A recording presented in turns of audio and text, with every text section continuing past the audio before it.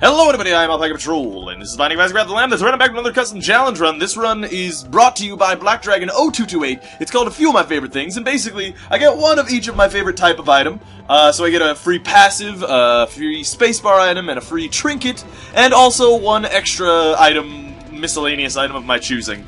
So basically what I chose is, forget Mom's Purse, I just put it there so that we could get another trinket, because the goal is the chest. Basically I got the Mulligan, Magic Mushroom is my miscellaneous item, and I got the candle, and also the curved horn in the top left-hand corner of the screen that you can see there! Now, unfortunately, hold on, let me actually lower my in-game sound, because I can't hear myself think! But yeah, unfortunately, I actually didn't do the most upvoted challenge run. This is the second most upvoted challenge. The reason for that is because the actual most upvoted challenge, which is made by Invictus Chris, is, like, it's possible, but it would require a lot of time, and it wouldn't be particularly interesting. Essentially, it would, like, involve me rolling an actual D6 or a D20 or whatever, which, you know, I could do online and all that, that's fine, but then it would require me taking a health up and a health down, which would require me giving myself the deck of cards, and giving myself, you know, giving myself a bunch of health down pills and stuff, and then also, or I could, you know, take Guppy's paw and do it, and then I'd have to hurt myself 3 times, so it would have been a little bit too labor-intensive and not make for a particularly good video, unfortunately. Not to say that the challenge run's a really cool idea, actually. I do like it, but, unfortunately, wow, that's really lucky, huh? But unfortunately, I just, can't, like, logistically, it would be very difficult. That said, this is the second most upvoted challenge, and it got, like, half the upvote, so, you know, it's still pretty high up there on the challenge run totem pole. Also, one of the rules of this challenge is, I can't go to the first 2 item rooms, but boss rooms and stuff are okay. I should've went to the shop! No, I don't have any keys. Haha! I shouldn't have gone to the shop. You thought I was joking here. So, what I want to mention, a couple things. I was supposed to have the interview up today. Unfortunately, I just got the audio file from one of the developers of Paranormal Activity, like, just now, like, seconds before recording this video.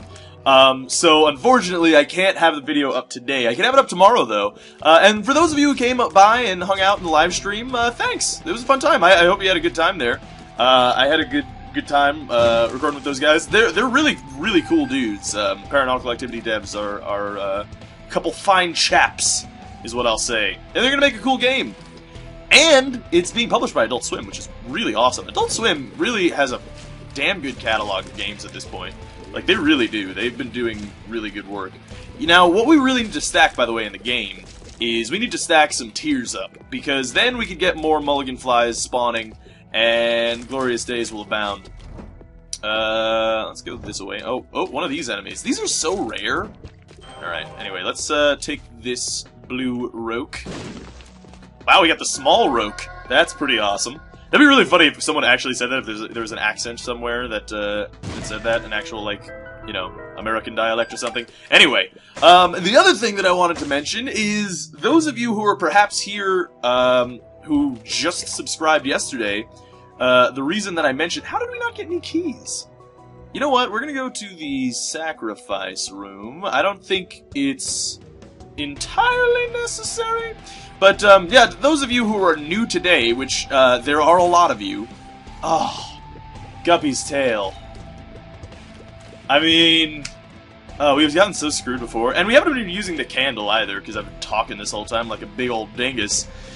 Man, Guppy's tail is good, and I bet you, like, I'm not gonna take it, because the last couple of times that I've taken Guppy's tail, I haven't gotten other Guppy items, so, but I bet you this is gonna be one of those times. Hopefully, we get, like, 2 Guppy items in this devil room right now, or something. That'd be awesome. But, anyway, so yeah, there's probably a lot of you, new here today. If you're actually watching, there's a good reason that you probably wouldn't be watching, considering how you arrived. Yeah, I was, to those of you who don't know, I was actually on the, Northern Line Super Show yesterday, which is, that's interesting. We have Guppy's tail here?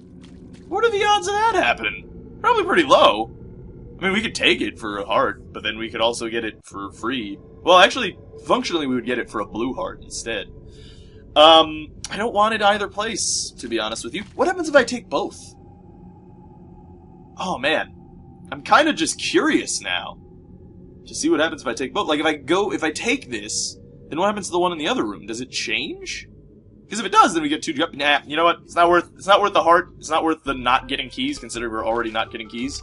And then I guess we'll just go down to the next floor. Yes? Yeah, alright.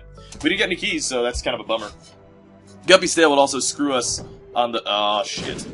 Ah, butts. I hate this room. It's the worst room, or one of the worst rooms in this game. Alright, we got it. We got the world ballin'. So yeah, I was on Northern Super Show yesterday. That was pretty fun. It was a fun time. Had a good time on it. First time ever on. First time ever actually talking to Northern Lion in, like... I want to say person, but it's not person, obviously. Because he doesn't, like, do the Super Show live. But it happened, like, immediately after the Paranormal Activity interview, funnily enough. And it was a fun time. It was cool. So, if any of you are here from that, what's going on? If you're not here from that and been around for a long time, I love you as well. I love you all equally. We're all like family. Oh, dear. Oh, dear. Alright, we're still good. We're still good. I hate ballsack flies, man. They're the worst. They are seriously the worst. Oh, dear. Yeah, we definitely need some tears up, because if we get some tears up, then we would be spawning way more flies, and that'd be awesome. I'm basically just trying to emulate Guppy, because it's one of my favorite items. God damn! We need a key real bad. So actually, now that we have a chance, because we didn't have a chance last time I was, like, telling stories and stuff. Now that we have a chance, I'm gonna tell you about those 2 things that are really cool. So NASA is actually backing this fusion engine, which is really awesome. I mean, that's really cool. So, like, basically fusion is kind of the next step in power and all that kind of stuff, propulsion and things like that. It's really the next logical step. They kind of poke at it in science fiction in films and games sometimes. Like, for instance, the second Spider-Man movie was... Oh, we got a key, thank God. The second Spider-Man movie involved a fusion something or other. But, I mean, it's always handled ridiculously. The same thing, actually, for Batman Dark Knight, I think? Right? I mean, that's a fusion engine, isn't it? It's like a fusion thing, and then he makes it into a bomb. So, yeah, that's a thing. Obviously, they always do it weird. Like, they made the fusion engine in Batman, like, extremely small and a giant circle. And then, like, the fusion engine in Spider-Man was, like, literally a sun. Like, he made a sun. Basically, what fusion is a thing that happens actually on the sun, which is why they made it into a sun. A little mini sun in Spider-Man. But, basically... It's, the 9-volt is really not good with our current items, so... I guess I'll take this. I can take the pill. Let's roll the dice. We got a health down. It's a bad idea to roll the dice. And we don't really need a bomb, that's fine. And we'll just move on. I suppose we could look for the secret room. The reason I went into the shop, by the way, is because I was hoping that we would be able to buy a key in there. Unfortunately, our luck was not with us today. But, anyway, So yeah, it's a thing that happens on the sun. Basically, all of the helium on the sun is becoming hydrogen right now. And it's essentially particles moving very fast because of the extreme heat on the sun, and crashing into each other very, very quickly to create new atoms. Oh, God. And by harnessing that technology, we can actually make, like, crazy combustion engines and... Oh, man, Pageant Boy. I guess we're stacking money again. What is the deal with this? The past couple of runs, man, we've been doing that over and over again. Just stacking a bunch of money and not getting any keys or anything. Does the curved horn have to do with that? But does every, like, item have to do with, like, you not getting keys? It's possible. Anyway. So, yeah, we're basically harnessing that kind of a power. By the way, did you know that helium is actually in a very low quantity on Earth, yet we sell it for super cheap for some reason? There's this really weird thing. There's this whole movement of scientists being like, stop giving away helium because it's a finite resource on the Earth, and like if we priced it at what it's worth, then like one balloon filled with helium would be like $150. So, you know, it's a weird thing that we do. Tears down! Damn! Pills are not doing well for me. Some reason, man... Oh, balls. Some reason, just the past couple of runs have not been very fortunate for us. So, oh god. Okay, still good. Okay, fantastic. Fantastic. Oh, we got the boss horde room, too. I will definitely play that if I could get a blood bank somewhere. So yeah, anyway, they're back in a fusion engine. What's really cool about the fusion engine is the normally, I forget how long it was, I think it was 6 months or 8 months that the Curiosity took to get up to Mars. That trip would be cut down to somewhere between 30 and 90 days with the fusion engine, which is pretty darn cool. Because right now, I mean, like, we kind of can't do anything in space yet with our current technology. Oh my goodness. Oh my damn. We got the miter, I'm going ham! But yeah. Currently with our technology, we can't really leave... We definitely can't leave the solar system very well. Like, for instance, Voyager... it actually recently left the solar system. It was just on the cusp of the solar system a couple months ago, so it probably is gone out of there. Excuse me, by now. Which is pretty cool, but we launched Voyager in, like, the 1970s. So, you know, keep that in mind. Like, that's the first time we left the solar system, which is still, like, a really exciting thing, don't get me wrong. But I mean, like, with a fusion engine, that time would be cut into a third, which also isn't necessarily that great. I mean, 10 years over 30 years. It's still pretty good, though. Still not bad. The other thing is, so a fusion engine is pretty cool. It's a step in the right direction. We can get some cool stuff out of that. Oh, dear. And it's a step towards being in space, which is awesome. Do I wanna... You know what? I'm gonna fucking do it. I'm gonna roll the dice. We knew I was gonna get greed. I knew it. I fucking knew it. Alright, well, that's fine. Whatever. Oh, we took a lot of damage, too. Alright, well, maybe we can get, actually, some keys out of Judgment. Here's hoping. I'm pretty hopeful that we can do that. I think we can. I think greed can be good to us today. Probably not. I'm getting unlucky on finding these secret rooms, too, actually. Yeah. Oh, butterballs. Yeah, so, what was I saying? Something about something. Oh, yeah, fusion engine. It's gonna be cool. It's cool stuff. The other thing is, I was reading this, oatmeal, comic. Oh, come on. Good pills. I'm sure they're gonna be all good. Alright, so that's a health down. Let's see what this is. Telepills, which is gonna make me walk all the way back. I'm hoping for a bombs or key. That'd be cool. I'd be really happy with one of those. That'd be very nice. We do have the miters, so I mean we should get a lot of blue hearts, hopefully. Bombs or key. Tears up. Okay. I can live with the tears up. And... retarded pills. Alright, well, looks like we're not going to the shop again. I mean, not the shop, the, item room. Treasure room, as it's known. Kind of a bummer, but we'll go in here and see what we got. Maybe we'll get some blue hearts. No, we got troll bombs and blue flies. I mean, that's fine as well, I guess. That's fine. Whatever. Anyway, let's move on to the boss. Or, well, we already killed the boss. We'll move on to the next floor. Yeah. Fusion engine. Oh, I was reading this oatmeal comic. Really cool, this oatmeal comic about the Mantis shrimp. Which is really awesome. Oh, dear. And if you never read the Oatmeal, you should go to his website. He does really good comics. But basically, the Mantis Shrimp, if I want to give you an overview, it's really cool. Essentially, so, you know when you hear that dogs see in black and white? It's actually not true. Like, color blindness actually doesn't mean grayscale. I feel like that's a common misconception. And actually, you know, what's weird is it can.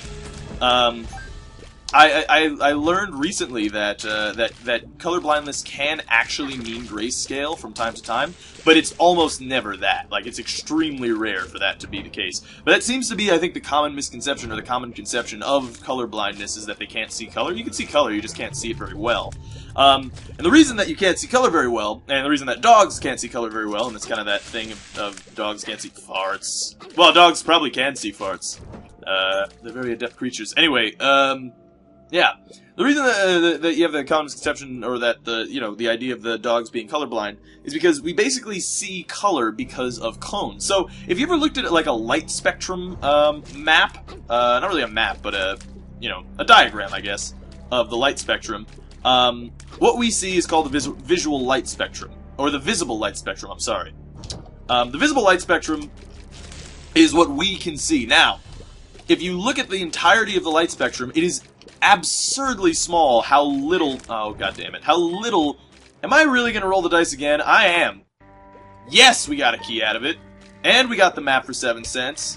It finally paid off. It finally paid off. That was a telepills, yes? I think so. Was that a Tears Up? Maybe that was a Tears Up. It was a Tears Up. Alright, cool. I'm taking it.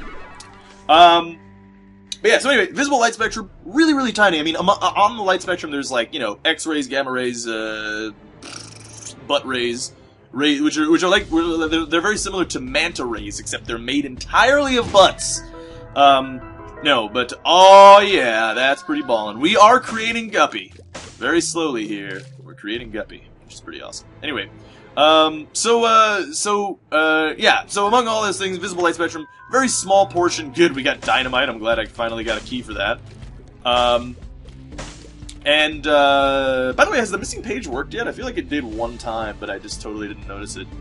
Anyway, whatever. We got the magician, useless card. I'll keep the world, probably better.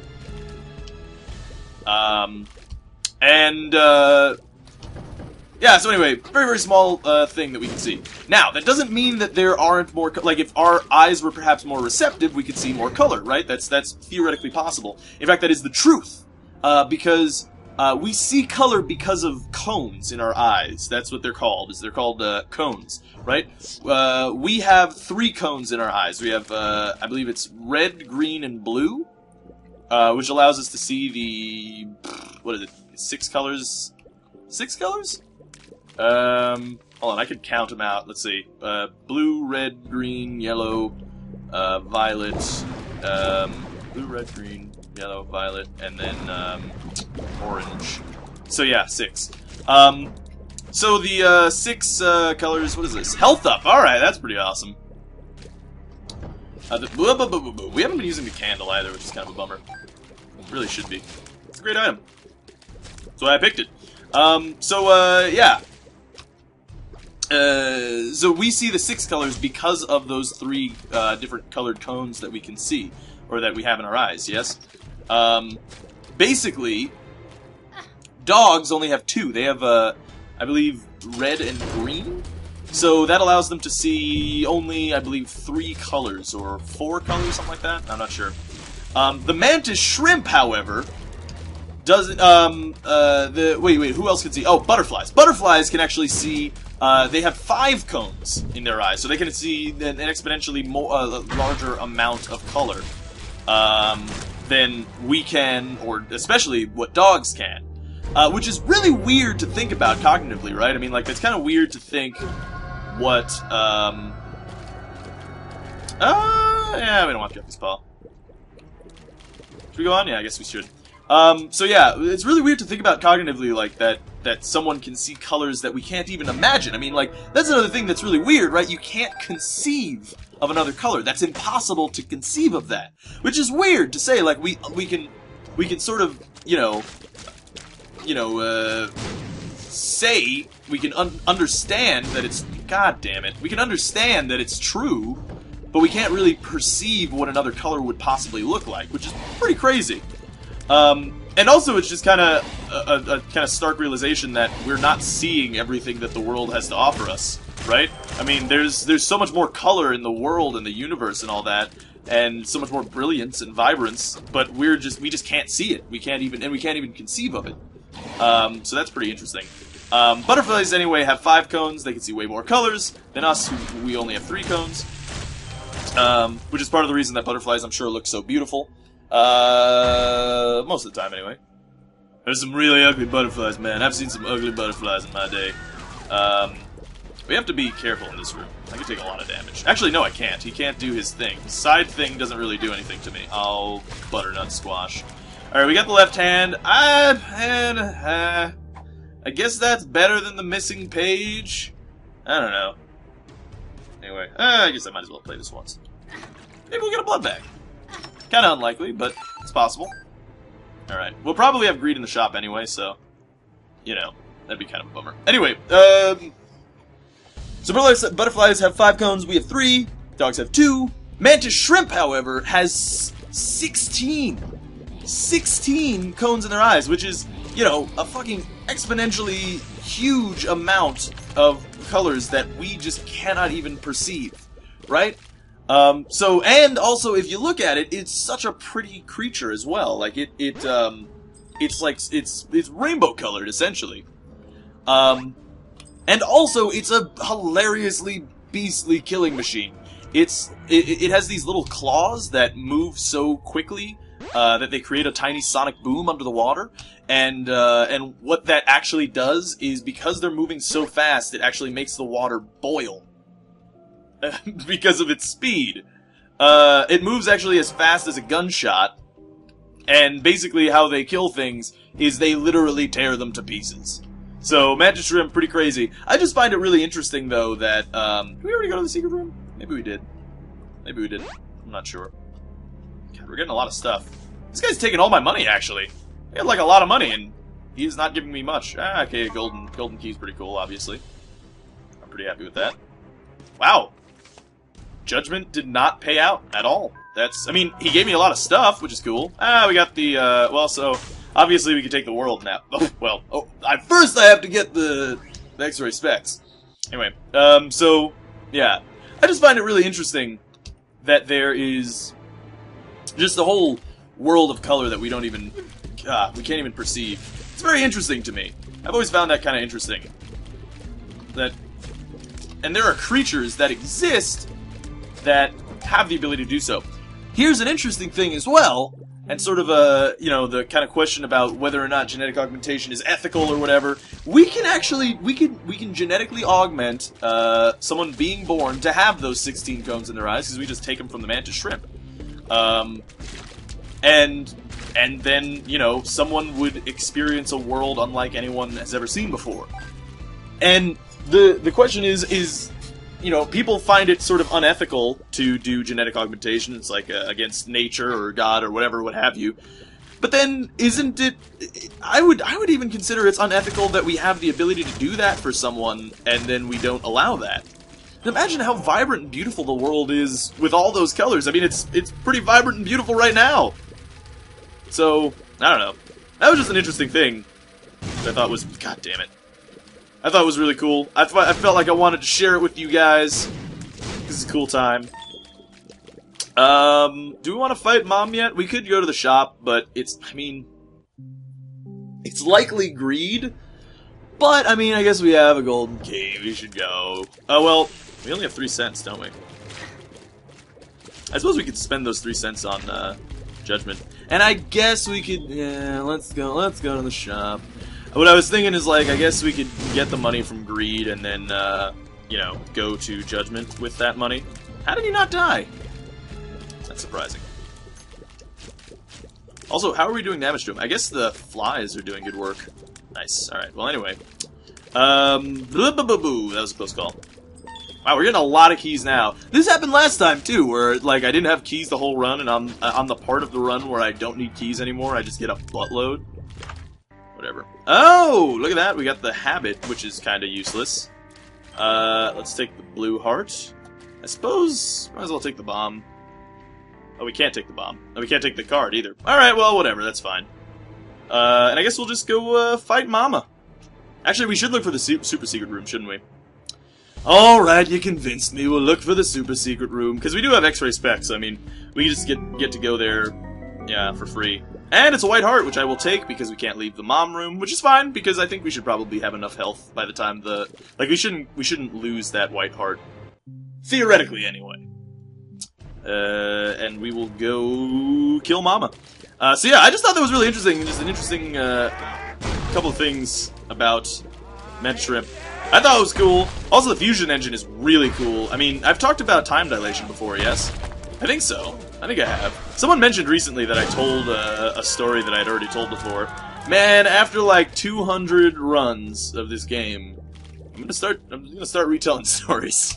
This is what it seems like. I'm gonna totally forget which stories are which. That's a tears up. Ballin'. And that's a health down, which we definitely don't want a health down, I feel. We can see what's in here. Regular chest. Where do I think the boss is gonna be? I probably think the boss is actually gonna be over here. So, I shall go that away. Yeah, wait, what was I gonna say? Time dilation is really interesting. It's not a thing that is really explored in science fiction as much as it should, because it is a thing that we have to deal with when dealing with space travel. Essentially, the problem with moving faster than light, more than... should we go to the sacrifice room? Maybe we can. It'd be 1 blue heart off of our... Yeah, let's do it. Wow, we got 9 lives. You know, we would have had Guppy, had we done it. But it's fine. You know what? We're basically Guppy at this point now anyway, so that's not a big deal. Damn it. I actually really like, the Pinky Eye, which I think a lot of people give the Pinky Eye shit. I love the Pinky Eye. I mean, it's basically a damage up. But yeah, anyway. Oh, dear. Yeah, so, time dilation. Really interesting topic. Essentially... Basically, it has to do with your location in relation to a source of gravity or movement. It's hard to say. It's like it has to do with speed and movement, depending on the observer. So essentially, if you are, I was indeed correct. This is the boss room. Sometimes you can just tell, man. Sometimes you just get the idea. Yeah, it basically, a good way to explain it, and perhaps not the best way, and perhaps I won't explain it very well, but, like, for instance, if you were standing at an extremely higher elevation than me right now, I would perceive your time to be moving slower, and you would perceive my time to be moving slower. So you can actually test this. You can go onto the top of the Two of Hearts. Do we want that more than the world? I don't know.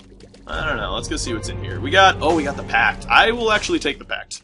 I think the Pact is worth it for me, especially since we have the Miter. Two of Hearts. Well, then, since we took the Pact, we definitely don't need the Two of Hearts, and let's just go down the next floor. Yeah, where is the boss room gonna be? Probably, you know, it could be over here. Yeah, it could be over here. I'm gonna say I'm not sure if it is. But, anyway, so time would actually be passing slower on the top of Mount Everest for you than it would be for me on the bottom of Mount Everest, or below sea level. That is, in fact, the truth. Now, the reason for this is kind of hard to explain. It's better with a visual aid. So there's actually a really good video that kind of explains it. But if it helps, imagine 2 spaceships are traveling parallel to one another through space, right? And essentially one spaceship, imagine them on top of one another, and essentially one spaceship is firing a beam of light to a mirror on the other spaceship, right? Now it's firing it, they're moving at the exact same speed, okay? Yeah, I gotta take the Polaroid, actually. And that's not a good card, right? Yeah, that's not very good. Okay, so we'll take the world, go fight Mom's heart. So yeah, so imagine 2 spaceships traveling parallel to one another, and they are and they shoot a beam of light. They're traveling at the exact same speed as well, and they shoot a beam of light from one spaceship down to the other spaceship. At whatchamacallit? At, oh dear, up to the cathedral, I suppose. Oh, good. We actually... Wow, we got a 1-up. That's pretty awesome. Of course, when I want to use the world, I get, you know, this kind of situation. I'm gonna take it, because I generally forget white hearts, and I don't want to do that again. Alright, looks like we got Daddy Longlegs here. Interesting. But, anyway, yeah, so 2 spaceships parallel to one another, traveling at the same speed, shooting a beam of light to a mirror, and then watching it travel back to the first spaceship that fired the laser, right? So that makes sense. And they're traveling through space at near the speed of light. Now, in their eyes, on the spaceship, on both spaceships, the beam of light is traveling in a straight line, right? I mean, it's traveling directly between the two of them because they're moving at the same speed. Now imagine that the spaceships pass by a nearby observer on an asteroid, right? So, nearby observer is on an asteroid, watches this happen, being perpendicular to them. Or perhaps perpendicular. Oh god. And, oh god. Sorry, I just hate Monstro too. Such a bummer. Anyway, so, yeah, so looking at them perpendicularly, they watches them. Now, when you're watching from the side, obviously, the laser is still traveling at the same speed, right? I mean, it's still doing what it's supposed to be doing. The event is still occurring in the same fashion that it is for the viewers on the spaceship. However, because the observer is viewing it from the side, the observer also sees the arc of the laser traveling over the distance that it takes for the laser to travel between the two ships, right? So instead of seeing a straight line, the observer actually sees the laser moving in an arc and bouncing between the two, which actually does take more time. So for the observer, time is moving slower. Now the problem with this is sort of the problem with space travel. That is time dilation. In fact, time is indeed moving slower. This is one of the problems with space travel, is that if you go very, very far away from the Earth, then you could leave and be gone for 10 years, in your eyes, but instead 1,000 years has passed on the Earth. So, it's one of the main problems with space travel, especially for long periods of time. It's tough stuff. One way to sort of, oh god, the way that Star Trek actually fixes it, and it's actually proposed as well, is using a warp drive. So that's, it's actually called an Alcubierre drive is the actual name in the, ooh, oh baby. Oh, butter babies. We got some good stuff. Now, where do I think the boss is? Probably over here, maybe? I don't know. It's kind of tough to say. But now we're doing lots of damage and stuff. So that's good. Theoretically, we should be able to win, hopefully? I mean, we're basically Guppy at this point, which is pretty cool. That's a bad item, yeah. Definitely don't want... Oh, what am I doing? I can use that, yeah. Okay, so now I know where the boss is, which is pretty ballin'. So yeah, anyway, a warp drive, which is proposed by some Philip Alcubierre, I believe, or something like that. I don't know actually how to pronounce the name. But it's basically how Star Trek deals with it. It is theoretically possible, right? I mean, it theoretically makes sense. Essentially what's happening when you use a warp drive is instead of actually moving at the speed of light, you're technically not. All you're doing is moving the space around the ship as opposed to moving the ship itself. So what you do is you make the space behind the ship smaller than the space in front of the ship, and basically you're sort of propelling the ship that way. And you can propel the ship faster than the speed of light that way, as well as being able to circumvent the problems of time dilation, since you're actually not moving away. You're technically not moving away from the from the location that you started. You're sort of moving just space. Now, theoretically, this makes sense. The only problem with the Alcubierre drive is there's no way that we have any idea how to actually, you know, alter space.